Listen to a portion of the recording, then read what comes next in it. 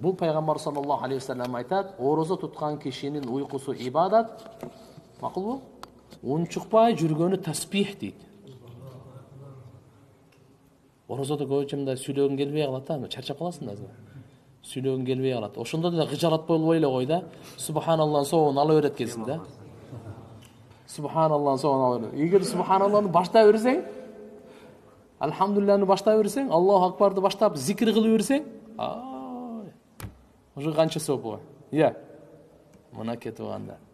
Анын унчукпай жүргөнү эмне дейт? Тасбих. Орозо туткан ырыскысына Алла Таала барака берет. Дуанын кабыл болгону вообще эле кабыл болот, бирок өзгөчө дагы специальный убада берип койгон. Орозо туткан адам ифтардан алдын дуа кылса, шек күмөнсүз. И дозоктон чыгара турган күн дагы орозо айында да. Кайсы айда экен? Орозо.